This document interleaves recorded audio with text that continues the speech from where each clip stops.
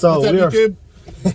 we are riding. I am taking a ride in a It's a new Tesla Model 3 long range. Would be like the two motors. It's not the performance, so it's kind of in the middle of the Model 3 range. So I've never been in a Tesla before. I've looked at them, I've seen them, and I someday would love to buy one, but I've never been in one before. So we're about to see what that's like. It's like put the foot on the brake, tap this up, reverse. Now it's reverse. Not really a starting this car per se. You just kind of jump in and push the pedal and go. But connected to my phone. My phone is in proximity. It just starts and goes. That massive screen is awesome.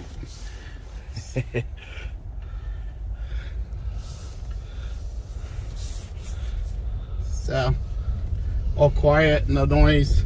That is crazy though. That is super cool. So we'll go. This might not be quite as fast as you think it is, to be honest. Some people get it like this is crazy fast. Yep. But see, it's not that fast. If that's how fast it is. Oh wait, let me check something. Yeah. Are you sure? let me try. Maybe this is the problem. Yeah. Okay. Now we're talking. Now we're talking.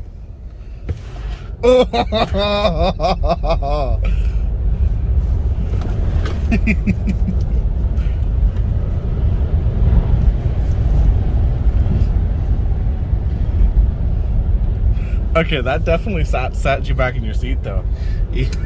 Chill mode and standard mode is a big difference.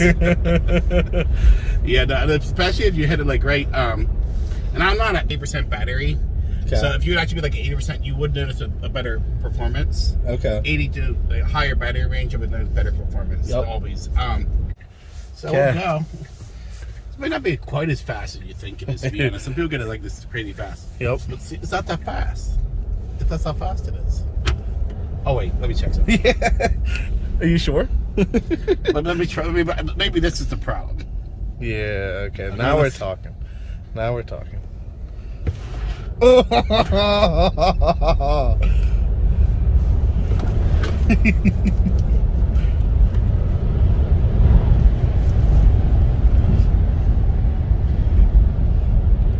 Okay, that definitely sat you back in your seat, though. Chill mode and standard mode is a big difference. Yeah, especially if you hit it like right. And I'm not at 8% battery, so if you would actually be like 80%, you would notice a better performance. Okay. 80 to a higher battery range, you would notice better performance. Yep. Always. I'm not sure what this road is. This road will bring you out to 897. Okay. So yeah, you can go around the loop here. Okay, that set you back. There's a little hump right here. We're almost at 80 there. Right? Yeah. Okay.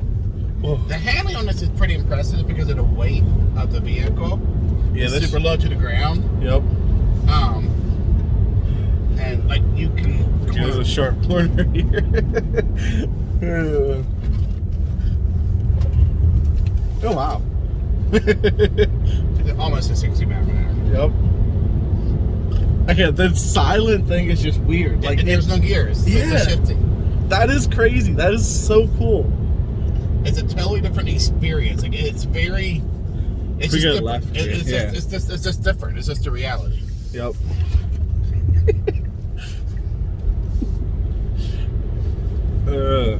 That is cool. This is awesome. Now I actually could make it go faster and buy the performance package. Like there's actually like what they call it, coloration boost, kind of like the old school. Like you buy a chip and ship a vehicle. Instead of that, you just pay Tesla $2,000 and go download it to your car. Okay. And they'll go like take it from like 4.2, 4.3 seconds down to like 3.8 or something. Oh wow. Okay. Yeah. So but we can actually complete stop here too. I should do that right there. But let me just. Whoa, sorry, trucker. I forgot. Now, sometimes it does have auto high beams. I get annoyed with them though because I don't like them. Yep. So I prefer to go to manual. Like every once in a while, I forget them, and then people get annoyed because they're rather bright lights. Yep. And I can know why people get annoyed if I do not. Now, how sharp does it turn? Not like crazy sharp, actually. Okay.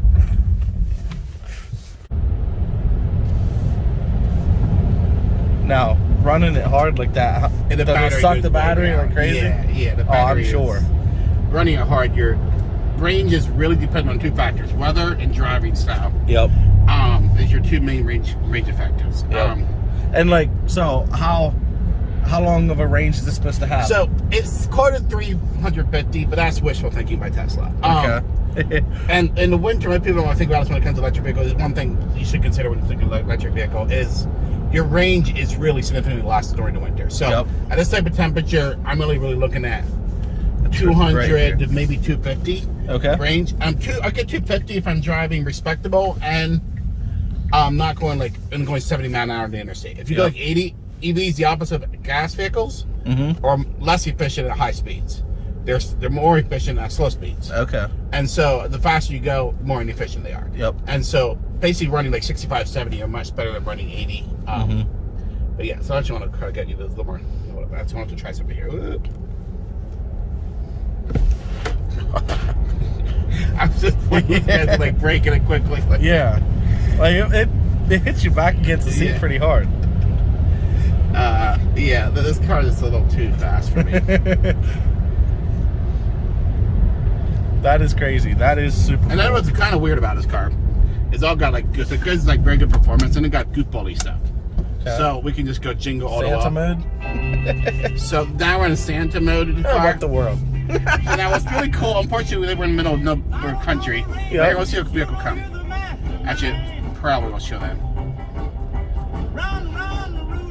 You'll see her. I didn't show them. But it was on this like you'll see other vehicles. They'll show up as reindeer instead of cars. What the world? And there's my slate turning into the plot. And like I said, kind of they have goop bully stuff. And then the other thing they have is this mode. Oh my word.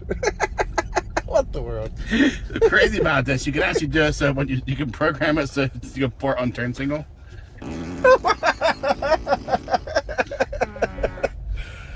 Okay, Tesla, what are you doing? What really blows my mind about this contraption right here what is the point? It's the fact that somebody got paid to code this software. Yeah.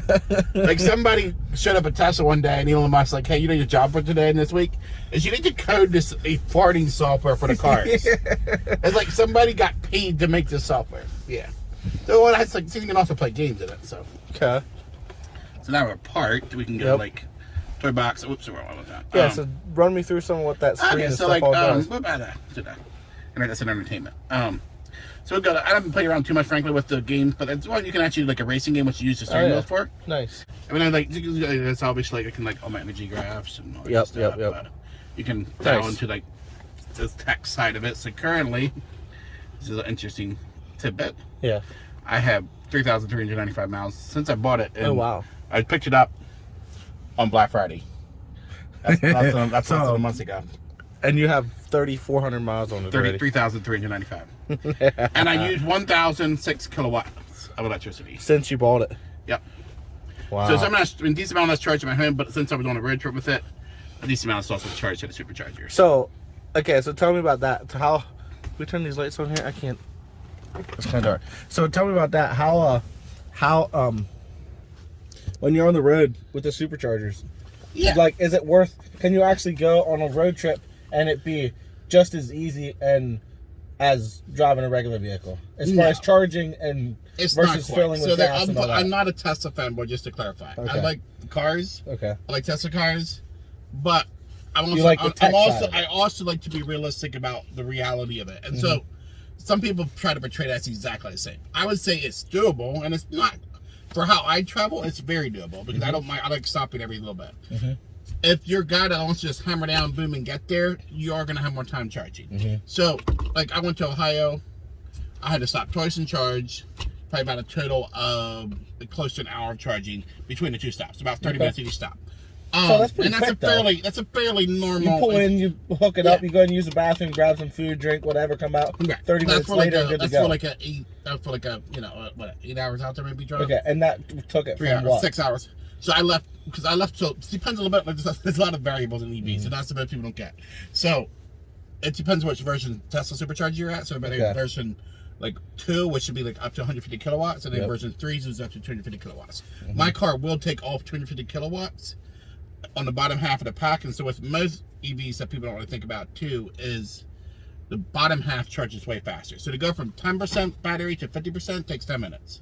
Okay.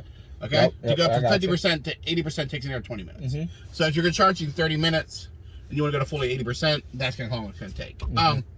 So generally on a road trip, you're going to only charge enough that you can get to your next supercharger. Mm-hmm. You want to run on the bottom half of the pack. Now, that works great if you're going where there's all these superchargers. If there's not, like in a little more rural area where I was going, like the last one I had to let charge, I got to whatever I want to go. I should have went a little bit more than I did actually. That's something I kind of need to learn how to run the road trip. Mm-hmm. I went to 70%, and the reality is I was kind of, I worked out fine. I just had to like let the car sit and let go to somebody else because I was starting to run out of battery, and there wasn't really any supercharger around there, and so something you have to consider. I should have just charged.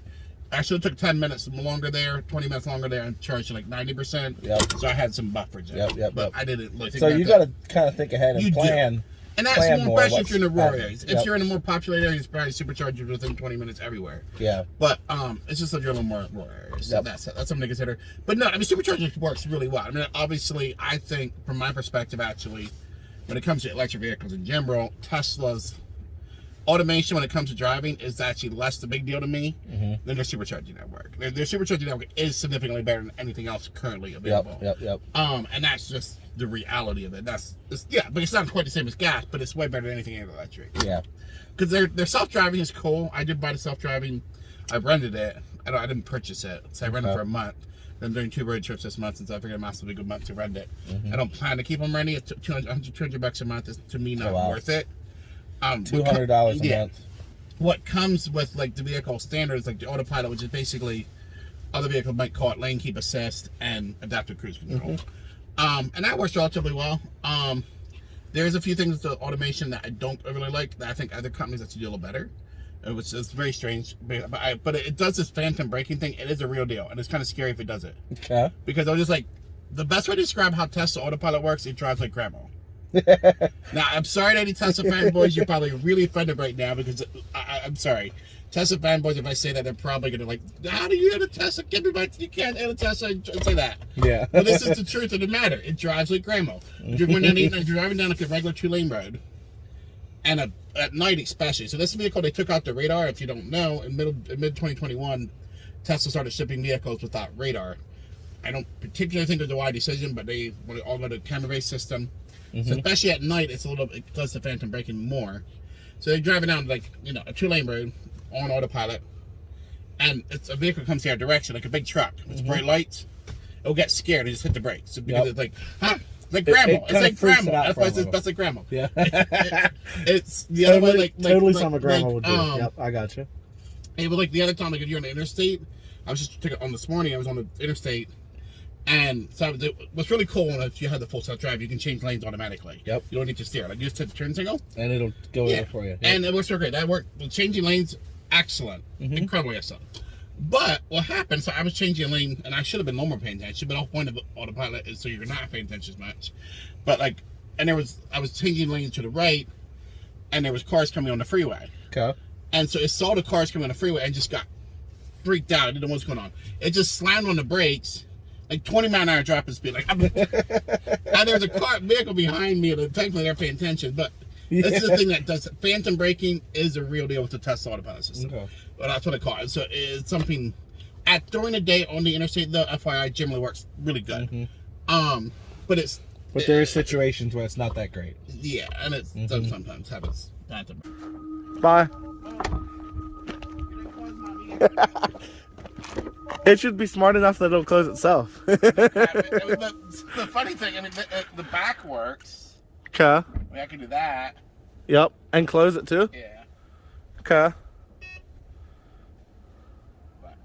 Anyhow. Automated door closure. What the world? Okay. See ya. Tesla Model 3. I think it's a 2021.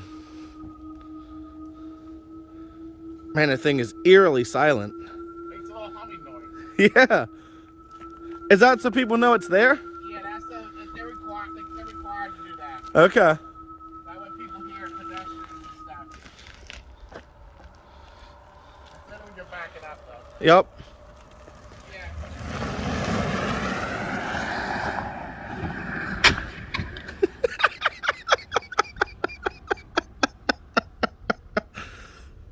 Mama, where did you see the sparks?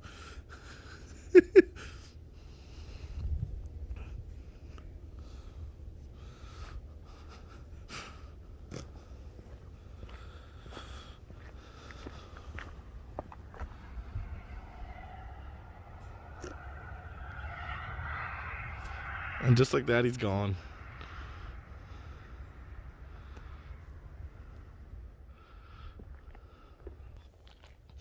So that's a 2021 Model 3 Tesla. It's pretty cool. The techie stuff is really cool. I like it a lot, actually. But expensive. Expensive. Anyhow. So that was the first ride. I have never been in a Tesla before. And that was pretty cool. That was the first ride for someone that's never been in one. Impressed, to say the least. I like it. I like it. I think it's pretty small. I'm a big dude. It's pretty small for me. But I don't know. Maybe someday. Maybe someday we'll have to get one. That'd be cool. Anyhow, that's it. Just a quick video. That is my relative of mine that has a good friend of mine that he bought one. And yeah, so far I think he really likes it. So anyhow, just a little video about Tesla. He stopped over at my house tonight, so I thought, why not make a quick video about his car? Anyhow, sounds good. Have a good one. Peace.